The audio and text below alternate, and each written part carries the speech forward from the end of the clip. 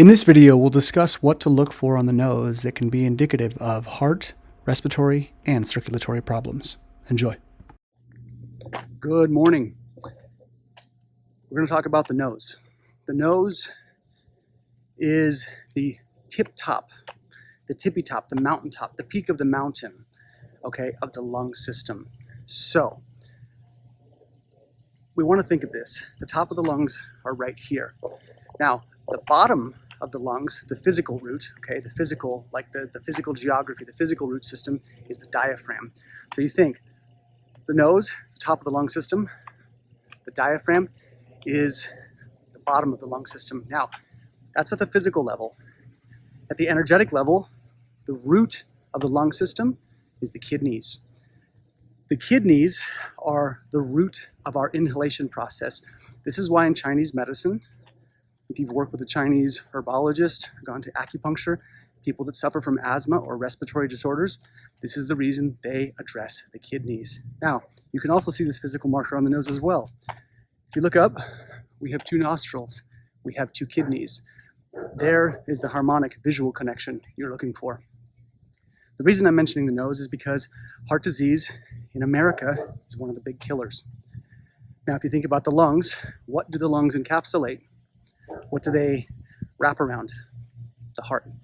So this is why we want to look to the nose for heart function.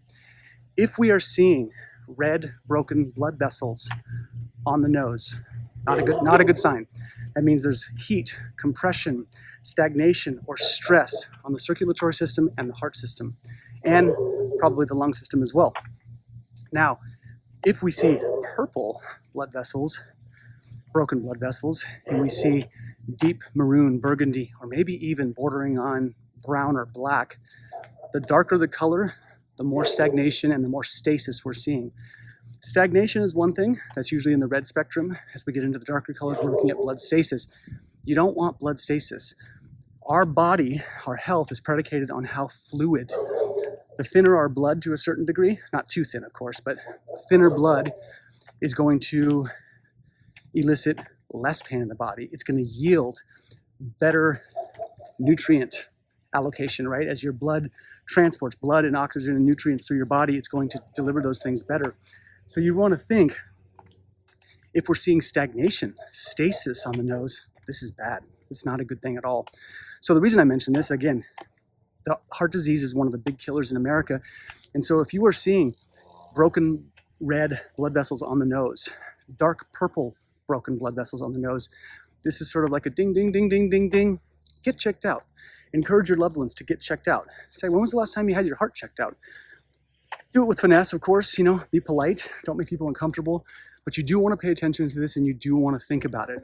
And this is what I like about face reading is that yes, face reading is awesome for psychological assessment, understanding lifestyle rhythms that are going to make us healthier. But at the most practical level, we can look at the face as a microsystem for the body. And you can see these disharmonies crop up before they've gotten really deep into the body. And again, the larger idea here is you want to think of the face as a landform. You want to think of it as a garden. You want to think of it as the terrain of your life and of your organ systems. So if we see a portion of our garden dying, if we see it getting dry and brittle and some plant is dying or not getting enough nutrients, we water it, we address it so that it will yield crop.